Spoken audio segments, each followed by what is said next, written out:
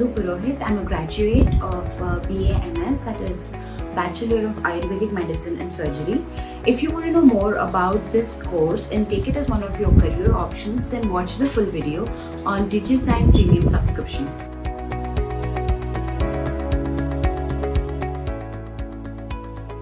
So it is Bachelor of Ayurvedic Medicine and Surgery. This is a 5.5-year course where you will be trained academically, clinically, as well as practically. You will study both regarding Ayurvedic literature as well as the modern science, that a part of which they study in MBBS. All the subjects that you studied in this course will have a part of modern medicine as well as Ayurvedic medicine, so that you know the correlation between the two.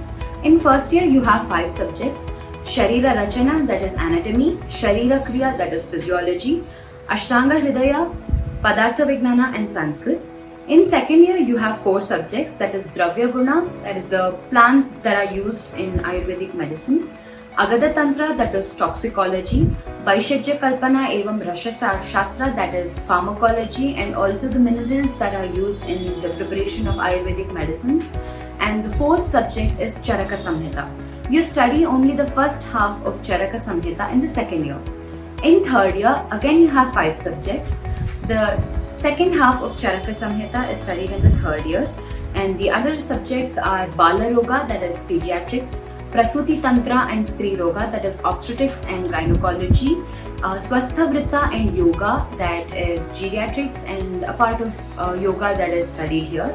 And the other subject is Roga Nidana, that is pathology. In final year, again you have 5 subjects, that is Kaya Chikitsa, general medicine; Shalya, surgery; Shalakya, ENT and ophthalmology. And the next subject is Panchakarma, that is one of the main subjects studied during this course. And the 5th subject is research and statistics. So this is a 5.5-year course. First 3 years will be 1-year course where you will be writing an yearly exam. The last final year will be 1.5-year course, and after this you will have to do 1 year of internship in your teaching hospital. So it is a total of 5.5-year course. So if you're going through a government seat, then around 50 to 60,000 should do, including your accommodation. If you're going to a management seat, it depends on the college that you're trying to select. Basically, the fee structure would be around 10 lakh to 15 lakh, or probably even more than that.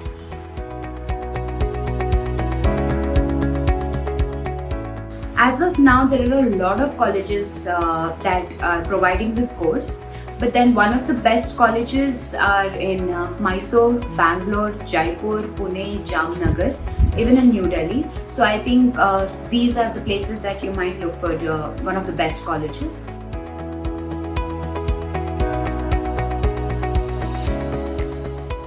So once you finish your undergraduation here, you can pursue your post-graduation in India, and then you can apply for doctoral fellowship, or you can finish your BAMS here. And there are a few open universities which provide you further education, such as PhD and also as a fellow research person. So you can go for that as well. But anywhere you apply outside, you will have to go through a course and then take the license from that particular government, and then you can set up your practice there.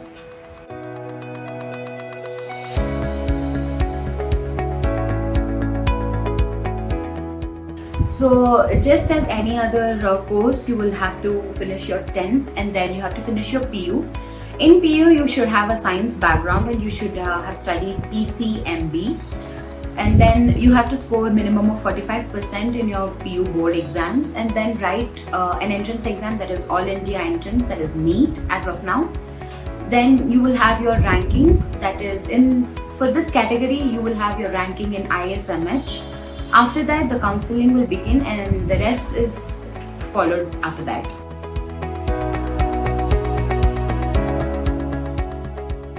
So there are a lot of opportunities after you finish your BAMS. You can either go as a junior fellow research assistant, or you can take up diploma courses after your bachelor's, or you can do post graduation and then set up your own clinic, or you can work in any other hospital.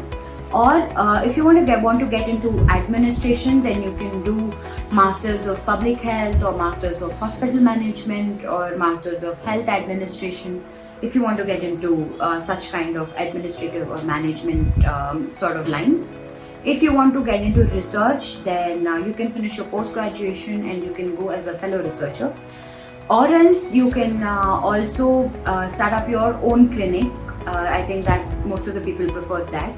If you want, you can apply for doctoral fellowship abroad, and you can pursue your career there as well. So as of now, there are a lot of universities abroad that are funding for research related to Ayurvedic medicine. So I think in the near future, you'll have a lot of job opportunities here as well as in abroad. When it comes to job, you can also write your UPSC entrance exam that will be held every year. Right after your BAMS, you can write that, and you can also get a government job right here in Karnataka. Or you can also take up LLB, and after BAMS and once you finish your LLB, you will be as a medical legal advisor for any hospital or anything as such. So there are a lot of options that you can take. My career has not yet started, but I did not opt for this course willingly, to be very honest. But once I started studying, I kind of developed a lot of interest, because this is something that is indigenous to our country, our tradition, and it has a lot of scope abroad. Once I started studying about the courses that are there abroad and the people who are trying to know our science, so I started developing this interest in this medical field, and I feel very happy that I pursued this career. And I'm also preparing for my post-graduation right now, and I have plans of having a doctoral fellowship abroad, and if not, I will probably get into a research line. Along with that, I want to also practice, having probably my own clinic and also working in other hospitals. So thank you so much. I think I have answered almost all of the questions rightly, and all the best for your future, and I hope you have a great one. Thank you.